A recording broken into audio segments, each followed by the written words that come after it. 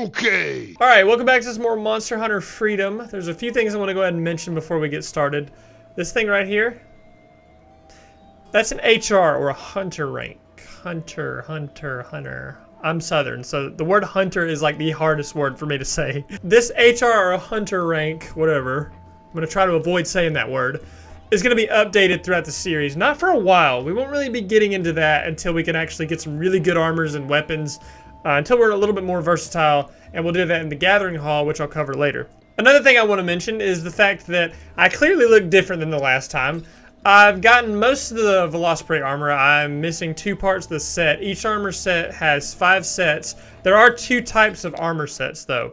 There's Blade Master and Gunner armor. The Gunner armor has half the defense of a regular Blade Master armor because the game thinks, well, you're going to be far away shooting, so if you get hit, you're probably going to die anyway, so if you're using the bowgun, you're probably going to die anyways. That's how much faith the game has in you. The Gunner armor, I feel like they have better abilities, but like I said, they have less defense, so. But some of the Gunner armor looks really, really cool, so I'm going to try to slow down when I'm talking. I just feel like I have so much to say about this game. I got some weapon upgrades. I didn't really do anything with the Lance. I do plan to upgrade these.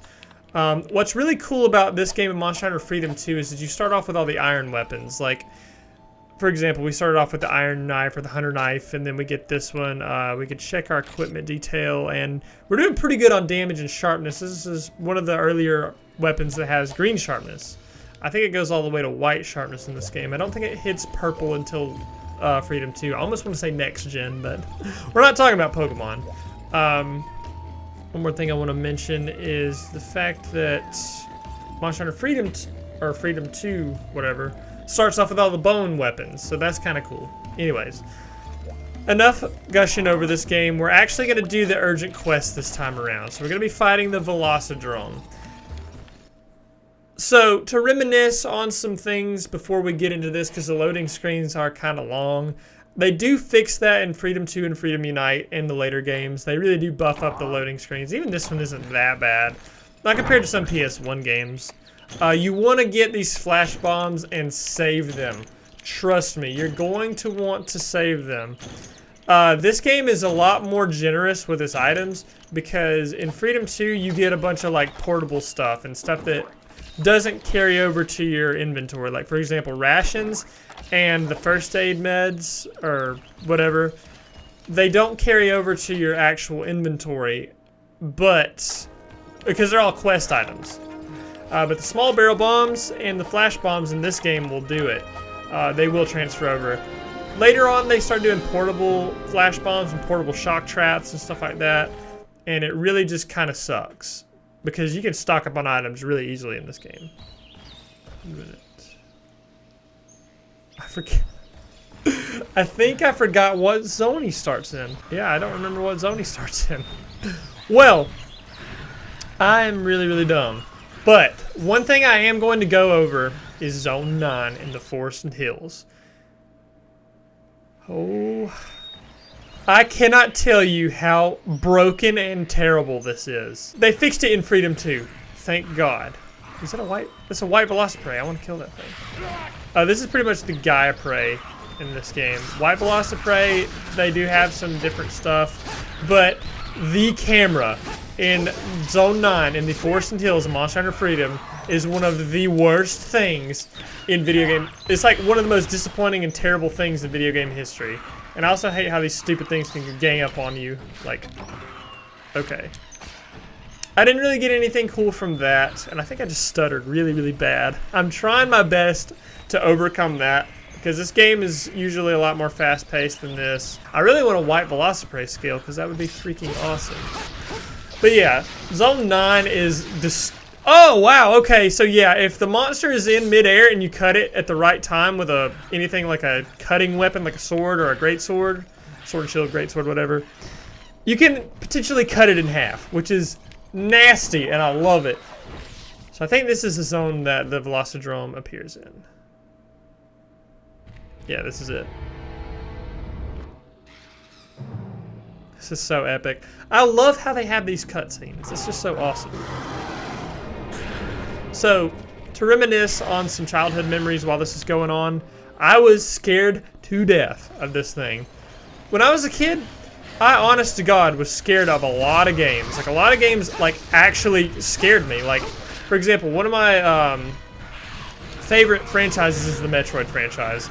But that franchise absolutely scared the crap out of me. I love how he just sits there and just looks like he's lost. Okay. Oh my god. So I don't know how I'm going to be commentating these fights, especially when we get to like the later monsters and they get so freaking fast and intense. I just have no idea how I'm going to do that. We'll get there when we get there, I guess. But yeah, Velocidrome is pretty much just like the head of the Velociprey. There are more types of head monsters that we're going to be finding. But this is like the first one. This is just to get used to like actual big monster fights. And I hate these bushes. It's like such a terrible design. Like, they get into the way, and I don't know if they fixed... Oh, God.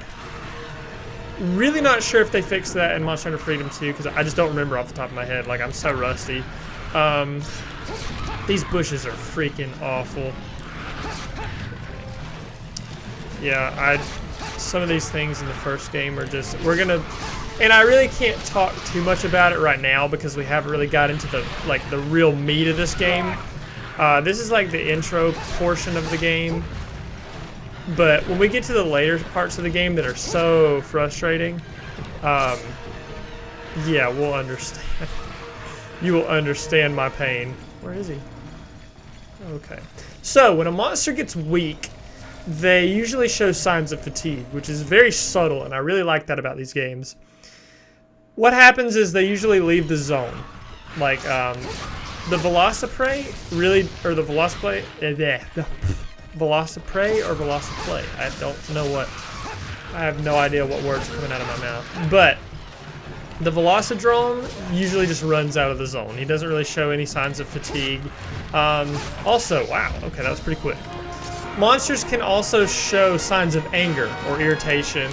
They can get really, really aggressive, and they can just get a lot more powerful if they're angry. And a lot of monsters, the Velocidrome really doesn't in this game. Not that I notice. But monsters that are bigger, I really want to wipe Velociprey skill. I think they're just rare on the card. The Velocidrome really doesn't do it in this game, but in later games, they fixed that. We'll be able to see a lot more stuff that I'm talking about later. The reason I feel so obligated to like explain things as I'm doing it is, like I said in the last episode, to cater to people who are unfamiliar with the series. Really, I recommend just playing it and getting into the meat of it, but I'm trying to be as helpful as possible. I know I'm not really the greatest teacher in the world. I play guitar and I play instruments, and I'm the absolute worst teacher in the world. I pretty much put it in your hands and I'm like, play this chord, and if you can't do it, I'm just like, freaking why? Why not? I'm really terrible and I need to fix that, but we got the screamers, which are good for combining items, which we will get into a little bit later. This is really nice for our money. I'm gonna have to do some quests like this off screen just to save up some money for the weapons and the armors. So every time you buy or create or anything, of course buy, but every time you like create or improve a weapon, you need money, and things get pretty freaking costly later on in the game. So just keep that in mind. Alright, so now that we've made it back after our urgent quests, the townspeople will thank us and have some cool things to say. As an experienced hunter, let me tell you, there are no more quests. Okay, well, he doesn't seem too thrilled. Okay, so this is going to be the next thing we're going to do. We're going to be doing the jungle kutku because I need a kutku scale for the rest of this armor. We could do Velociprey, Liver of Legend. Okay, so Trouble in the Forest, Wolfango. I think we have to do that. Okay, so there are required quests. So remember back in the first part where we, selected are you a beginner or not? If we were a beginner, we'd have to do all of these level 1 quests, all the really easy ones like the gathering stuff, the basics. We'd have to do all those before we got the urgent quest. But since we're not a beginner, we got the urgent quest immediately. There are required quests that unlock the HR, or not the HR, HR's for Gathering Hall, we'll get there later. for getting the urgent quests. There are required quests that we have to do. Some of the required quests are so irritating, and I hate them so much. Let's see. We can renovate. We don't have any. Oh, we do have some points. Okay. The way you get points, or you get special items in quests. Like, for example, we have to do a quest called Liver of Legend, which basically requires us to get specific items and turn them in. But if we have items, oh, light crystal is pretty rare. But if we have leftover items, like the livers that we're gonna be getting, and I don't really want to spoil the monster, but if you have leftover items that are worth points, you actually can, you know, renovate these areas. And it'll carry on over to your inventory or your point amount, and you can renovate and you can get better stuff here. One tip that I want to give to beginners, just in case, is make sure you do not forget to come here. We will be doing gathering quests. I might do one just to show it off, just to show you kind of what it's like, show you some key mining spots, and just in some certain areas. One of the early areas that I like to do that in is the, whoa man, sorry, is the desert, because the desert can yield a lot of great items, or especially a lot of ores, which you do need. I don't think there are any gathering quests. Ooh, crystal hunting. This one sucks. Anything that you have to carry, I might do it. I might do the Werven egg later just for kicks and stuff like that, but God, those are some irritating missions. So I'm gonna go ahead and stock up on items that I feel like I need, and then we're gonna go, yeah, we're gonna go. Okay, that's disgusting. Don't think of it that way. We're gonna do the kutku quest. Okay, so I think I'm pretty well prepared for this quest. One thing I want to show you is combining items. We have the herb and the blue mushroom. If you have the right items, you can make some really cool stuff. And sometimes that's required to have a certain item to upgrade weapons. So you do want to make sure that you are paying attention to the items that you have, just to make sure that you can or cannot upgrade them. So we don't have any potions right now, but that's great. We have plenty of stuff. There are items, let's see if we can get them now. I don't think we can get them now, but there are specific items called the Book of Combos. I think the Traveling Merchant carries that. This lady, her items will vary just in between quests, so you can get certain items that way. The Traveling Merchant is awesome. You can buy a lot of your bullets and stuff from him, and some cool items like monster lore and stuff like that. What did I want to buy? But the Book of Combos. Book of Combos is awesome because it increases your chances of combining the item that you need. Not only that, but I think it tells you like items that you need to combine. I'm not sure. I know Monster Hunter Freedom 2 does that. And beyond. That game is just, God, it improved so much. But now that we're done here, I think we're going to take on the kutku, the Great Jungle Kutku.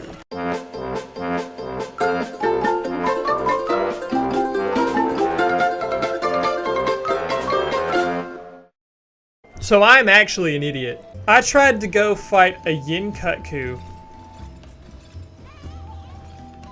with a crappy sword that bounces off.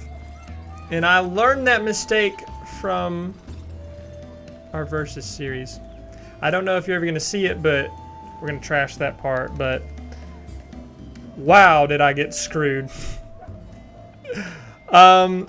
Yeah, when fighting kutku, blunt damage is your best friend. I don't know why I decided to go into the kutku fight that way. I wasn't prepared at all. And I feel really, really stupid. I pretty much have to explain everything that I explained. I might show you some bloopers at the end of this video where I just get railed by this kutku. Keep it in mind, you can be good with some weapons. Like I'm really, really good.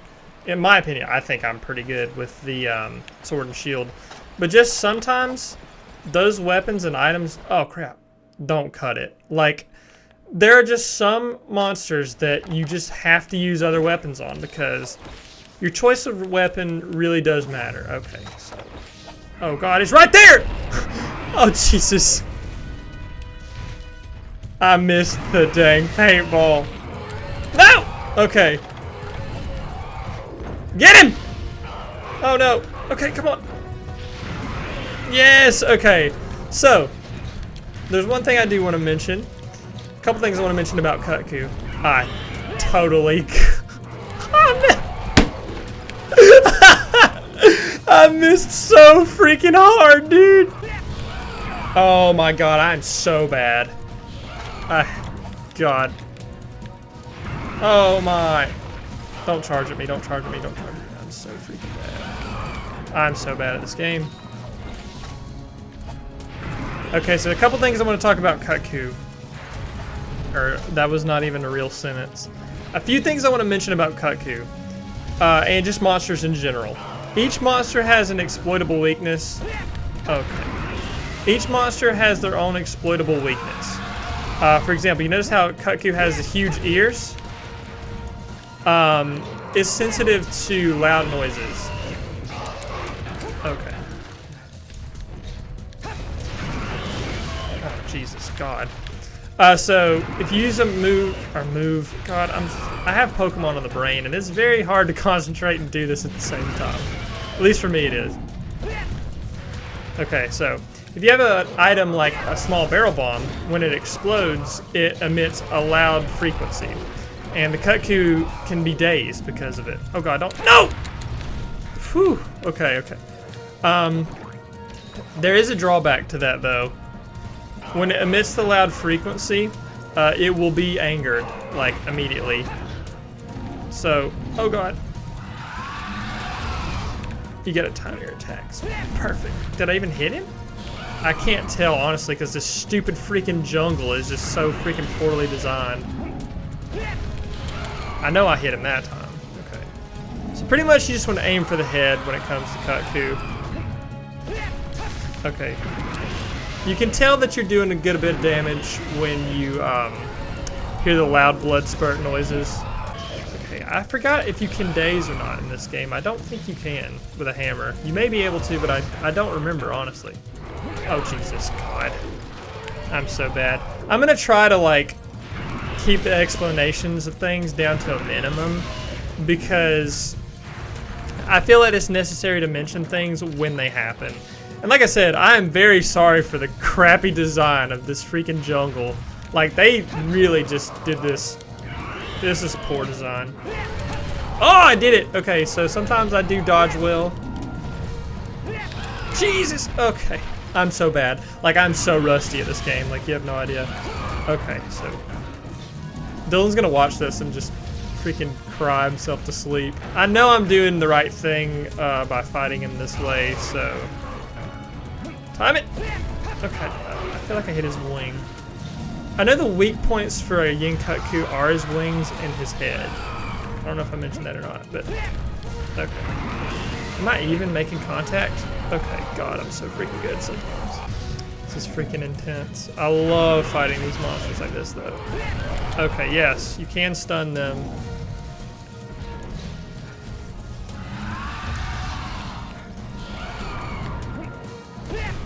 Yes, we did hit him that time, okay. Okay, now he's endangered. He's angered, so he's gonna be doing a lot more damage and he's gonna be a lot more aggressive. They really did kind of nerf the anger stage in later Monster Hunter games. Oh god, is he running away? I think he's running away. When a monster gets injured or they do that sometimes, or they can just leave the zone whenever. I think I've already mentioned that, but if you don't paintball them, it is a freaking pain in the butt to have to track monsters down like this, I swear. I don't know how long this recording is going to be, but I do take a good long while to play these games, so I might restrict these videos to like one hunt per episode. I'm not sure how I'm gonna do that. It's just, I do find it difficult to like play through this game. I really just hope that you guys are enjoying this, enjoying the content, because I do get some pretty freaking golden reactions out of these sometimes. Oh my god, yeah, see, look at the damage output on that thing. Sometimes you can do one of two things. You can either completely risk it by attacking the monster when he's enraged. Oh god, I just can't find a good time to heal. Okay, that's good. God! Okay, these cats are like the worst freaking things on the planet. God, I'm gonna die. I'm gonna die. Yeah, I'm dead. I'm dead. Okay. If you have to leave the zone, leave the zone. Okay, God. I just gotta be careful. Usually, when you get better weapons, these things are not so bad. Or, like, fights just aren't bad. God, I'm an idiot. These cats are awful. These cats can actually steal your items. And I hate that so much. I just want some damage on it. Good lord. And, that thing is a moss wine, I think. Any kind of enemy and stuff like that can run or charge is some of the worst designed enemies in the world. They don't really make... Okay, they don't really make the game more challenging in a good way. They just... It's really unfair difficulty because they can charge at you just at any freaking time and it just destroy your freaking life. Okay, now his ears are down. That means he's on the verge of death. Come on. Sorry, I'm really tense, but... Oh, God. Yes! Alright, we did it. Oh. Okay, that wasn't so bad. I just was kind of distracted because I was trying to commentate and just explain some stuff about the monsters. But yeah, Kutku is really not that bad. I promise he's not bad. I just really, really suck at this game. I love this game so much. I suck at all games, pretty much. Except for maybe A Link to the Past. That's like the only game I'm good at, but it doesn't really require a lot of skill. It's just memorization. But yeah, that was Yin Kutku. Yin Kutku is one of the easiest monsters to defeat. Sorry, I was a little bit distracted because I was trying to explain some stuff. One thing I want to talk about while we're waiting is the famous dive.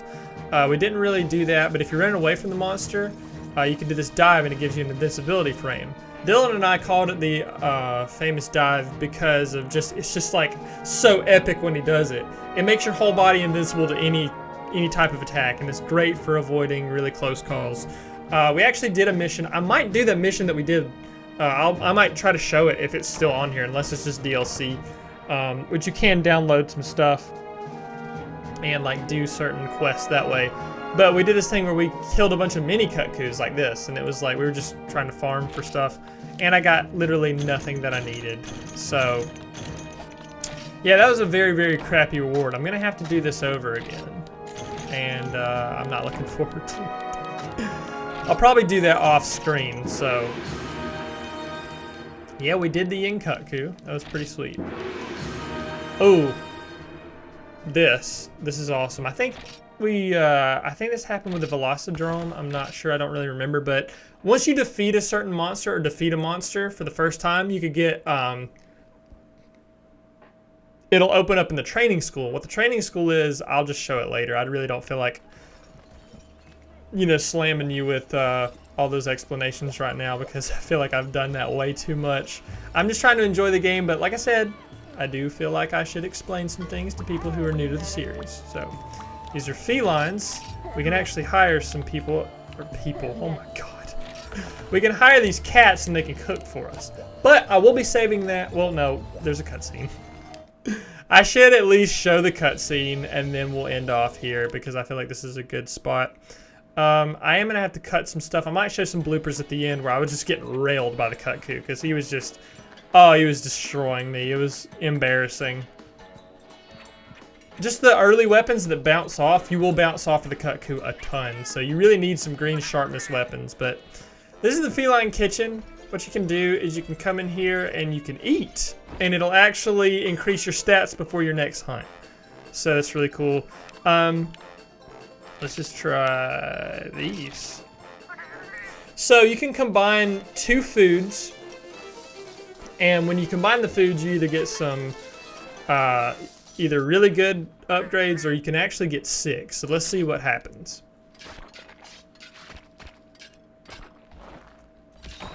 Oh, nice. And we got stamina increase, which is great. Depending on what you mix together, there are some tips that I can give you, like meat and meat. They usually yield health, like fish and stuff. Certain things get stamina, certain things get defense and attack, and I just don't remember them all off the top of my head. But I think that's going to be it for this episode. I've tortured you enough by showing you how terrible I am at fighting Kutku, but I promise you, it will get better when I get better weapons. I promise. And when I'm used to, like, you know, when I've said everything that I need to say about the general fighting of monsters and stuff, it will get better. I promise. As for now, I'll see you guys next time when we have a better loadout, hopefully. We have some better weapons and armor and a more complete armor set, if you will. So thank you guys for watching. See you guys next time.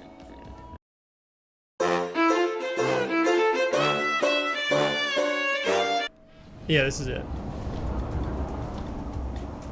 And like I said, the cutscenes are awesome. They make everything way more epic. I mean, this game's epic enough, but I mean, it just adds a lot more weight to what you're doing, and it makes monsters seem like more of a threat to beginners. But when you get good at fighting and you get good at the mechanics of the game, you really do feel accomplished in beating them, and you feel really good because you can beat them. It's not angry yet, which kind of worries me. I should have brought the... God. Okay. Sometimes the hit detection is absolute BS garbage, and I hate it. So yeah, you can just completely duck under it. But bouncing off is... Oh God. This is awful. Like, this weapon sucks. Especially for this fight. Like, I really wish I had something like a hammer. The wings? Oh my God. I am gonna finish this mission with the... Oh my God, that is... Sometimes they do get, like, abnormally cheap on you.